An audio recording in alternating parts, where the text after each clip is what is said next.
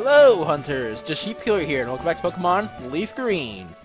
And last time, we took on the Trainer Tower, and it turned out to be a very long episode. And this time, we're back at the Kanto region, and we're going to be taking on all the extra stuff that was unlocked after we completed the quest with Celio. One thing that was unlocked is a roaming legendary. Yeah, they have one of those in this game. And it depends on which starter you picked. If you picked Bulbasaur like me, you'll get Entei. If you pick Charmander, you'll get Suicune. And if you pick Squirtle, you'll get Raikou. Yeah, the 3 legendary beasts of Johto are here in Kanto. So basically what I'm going to be doing is running around with a Repel and a Pokemon that's higher level than the Pokemon in this area, but lower level than the beast itself, so that if it does turn up in this route, it'll be the only thing that can show up. Yeah, I guess I'll meet you guys whenever it shows up. Okay guys, I found it! Didn't take as long as I thought it would, but here it is. I decided to stop recording and looking for it, which is why there was a kind of an awkward cut instead of it starting at the very beginning of the battle. But yeah, here is Entei, the roaming legendary of this game. Now there are plenty of things you can do to catch the roaming legendary. You can trap it with either the ability Shadow Tag, which only Wildfit has, or you could trap it with the move Mean Look, or the move Block. And then you can proceed to weaken it from there and hope you catch it. However, if you're up against Entei or Raikou, you do not want to do this, because they know the move Roar, so they'll be able to escape anyway. That can be pretty bad.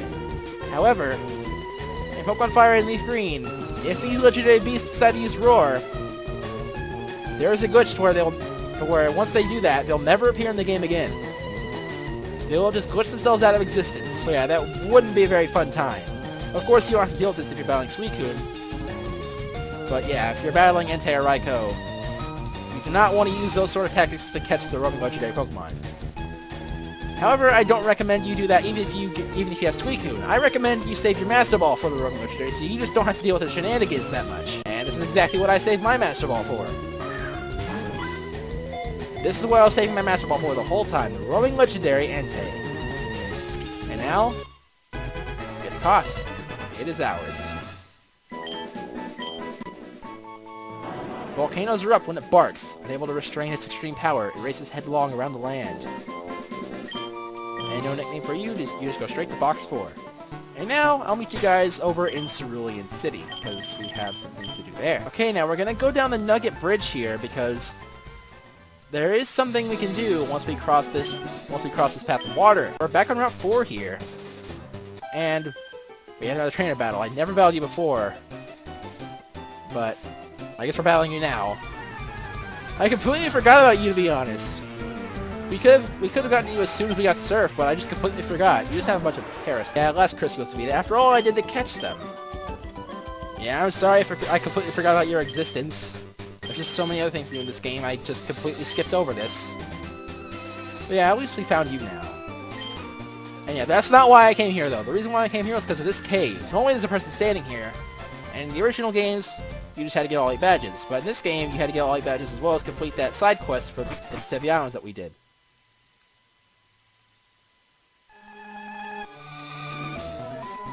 But yeah, now that we've done all that, we can enter Cerulean Cave. A brand new cave for us to explore here in Cerulean City, and it's got quite a lot to do. So this is going to be an entire episode. Let's go over it now. Okay, I decided to take down some notes for this episode, because Cerulean Cave is quite big.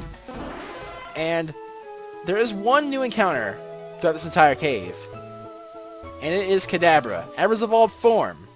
Unlike Abra, you don't have to worry about its teleporting shenanigans, so if you never caught Abra, I guess you can catch Kadabra here. And there's another thing about this. The wild Pokemon here, their levels are insane. They can go up to their high level 60s. So yeah, this could be a pretty good place to grind, because the levels here are insane. Eventually, once we go very far down, our repels won't work anymore. So yeah, that's something to keep in mind. But yeah, we're just gonna go use Surf here and go down this body of water now. And let's get this item here. It's a full restore.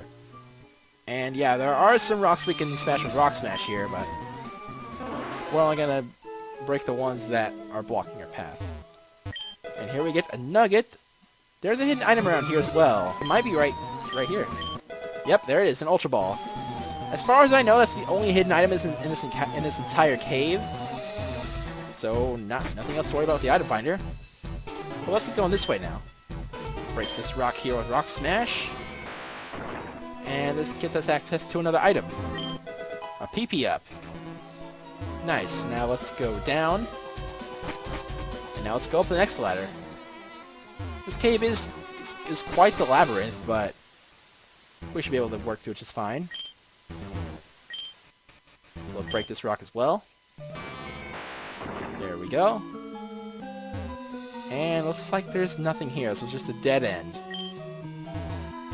Yeah, now we have no choice but to go forward, it seems. The first few times I went through Cerulean Cave, it was pretty hard to navigate, but in later playthroughs it becomes a bit easier because you kind of know how the place works. Like, you know that the ladder that's going to take you to the right path is the one that takes the longest to get to.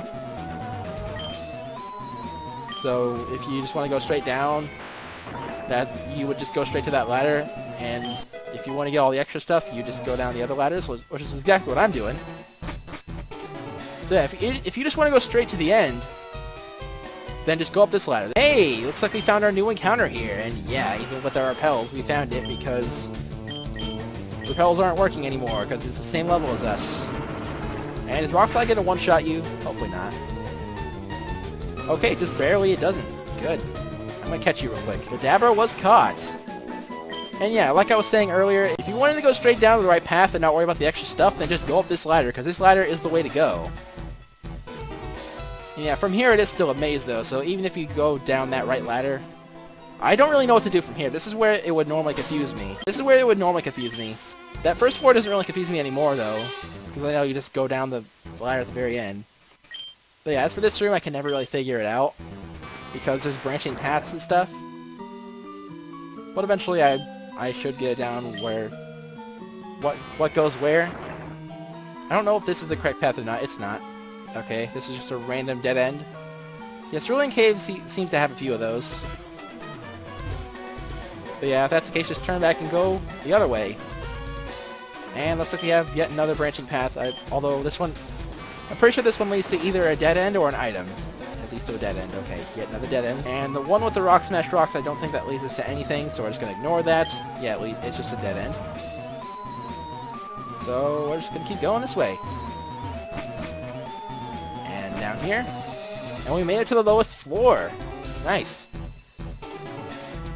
Yeah, it seems that this cave would confuse me a lot before, but even with that maze part where I kinda get lost, I end up going down the right path. I end up figuring it out pretty quickly anyway. It never takes me as long as it did back when I was younger. And yeah, this is the highest level of things could be here in Cerulean Cave. Level 67! It's pretty crazy. These levels are insane, and because they're so high level, our repels don't work, because they only work at Pokemon that are lower levels than you. Which is why using your repels to force the roaming legendary to appear is a good strategy. Yeah, now we just get this item. It's a Max Revive. Yeah, I would always seem to think this cave was some massive, huge labyrinth back then, but once I either fully or mostly understand it, it's never really that big. And here's a Parasect. Yeah, it's not as big as I remember, really. I used to think it was some huge labyrinth, but now it's not as big as I remember. We got through it pretty quickly. But this cave probably isn't going to be the bulk of the episode unless I get super lucky. Because there's one more challenge. Another legendary Pokemon. We've heard of it a little bit before. And it is the legendary Pokemon, Mewtwo. And yes, you want to save here. More than anything. Trust me. If you did what I did and used the Master Ball on the roaming legendary, then yes, you want to save. And here we are. Let's battle it. Mew.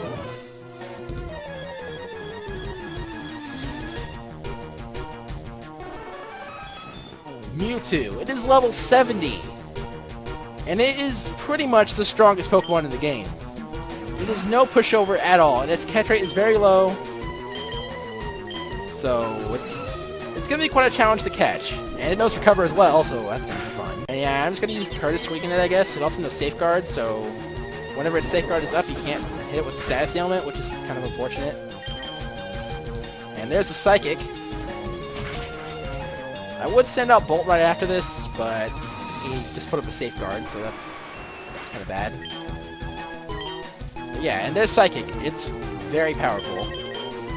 Mewtwo's special attack is insane. You do not want to underestimate this thing at all, because it's very strong. Pretty sure you all know what Mewtwo is, though. I mean, everyone knows about Mewtwo. It's one of the most popular Pokemon of all time. I'm pretty sure the only ones that beat it in popularity are obviously Pikachu and maybe Charizard as well. It's pretty much going to one-shot everything, except Patrick because he resists the Psychic. But yeah, everything else, it's going to one-shot for sure. And it knows Swift as well, which won't do that much damage, but it never misses. I'm switching to Doug here. I'm kind of hoping he uses Psychic so it can just one-shot. No, it's using Swift. It's not protected by Safeguard. Yeah, I wanted to take down all my Pokemon so I don't switch into Bolt and have it get one-shot. And really? No, don't do that. Don't do that. You're supposed to take down my Flareon and let me switch into Bolt so I can paralyze you. I don't like this so far. There it goes again. It just wants to spam recover now. It just wanted to get back to full health, it seems. Okay, there it goes. Of course, whenever I actually plan on damaging it, I use the Psychic. And now we can go into Bolt and paralyze it. I highly doubt we'll outspeed, because Mewtwo is very fast as well, but hopefully we can outspeed and get the Thunder Wave in. Well, we don't outspeed, but it used the wrong move, so we're all good. Oh, you chose the wrong time to use Safeguard. I'm so glad I didn't use Safeguard and turned out to use Thunder Wave, though. And now I'm just going to use Rock Smash a bit to weaken it some more. Actually, it could use Recover at any time, so that's probably a bad idea. I'm just going to start throwing Ultra Balls now. Here we go. Ultra Ball number 1. That's about what I expected. Like I said, its catch rate is very low, so it's going to be taking a while to catch. Here's our next Ultra Ball. I'm holding down B here. Is this going to work? 1. Now we get 1. That's a bit better, I guess. I think it's stuck in paralysis this time. That's good. Here we are. Ultra Ball number 2. Hopefully Mewtwo doesn't make me lose my sanity, although it probably will. Zapdos was the same way. Hopefully this isn't another Zapdos. That's all I'm really hoping for. It's probably going to be another Zapdos. And there's the recover. Here's yet another Ultra Ball. Well, I guess breaks out instantly. Yep, sure does. 1, 2. That's the most we've had yet. 2 shakes.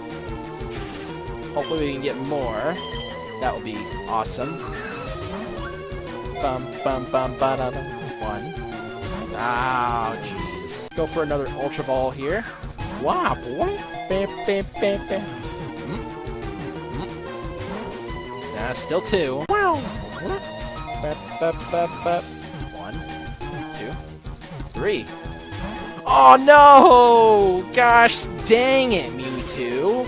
That was so close, too. Oh, man. Well, and we're back to this. Okay.